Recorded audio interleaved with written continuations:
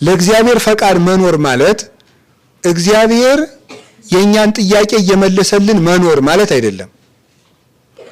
ምንም ይሁን ምን የእግዚአብሔርን ፈቃድ መቀበል ማለት ነው። ምንም ይሁን ምን እግር መቆረጥ ከሆነ እግዚአብሔር ከፈቀደው ይሁን፣ እሱ ነው። ፈቃድ በሰማይ እንደሆነች እንዲሁም በምድር ትሁን፣ ፈቃድ ይሁን የምንለው እሱ ነው። መራራውም ሆነ ጣፋጩ፣ ስደቱም ሆነ ርስቱ፣ ማጣቱም ሆነ ማግኘቱ፣ መከበሩም ሆነ መዋረዱ፣ አብሮነቱም ሆነ መለያየቱ አንተ የፈቀድከው ይሁን። እኛ ከምንወደው አንድነት እግዚአብሔር የፈቀደው መለያየት ይሻላል። ለምሳሌ 9 ቅዱሳን አክሱም አብረው ቢቀመጡ ሃይማኖት አይሰፋም ነበረ።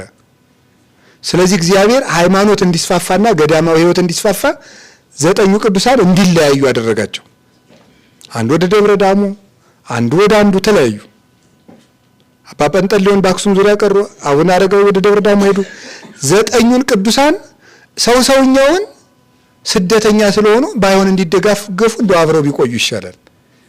እግዚአብሔርኛውን ግን መበታተናቸው ነው ጥሩ። ስለዚህ እግዚአብሔር እኛ ከወደድነው አብሮነት እግዚአብሔር ከፈቀደው መለያየታችንም ጥሩ ነው። ዋናው ግን እግዚአብሔር ፈቅዶታል ወይ ነው። የሚመቸን ሳይሆን ቢጎረብጠን እንኳ ቢሆን የእግዚአብሔር ፈቃድ ይሁን።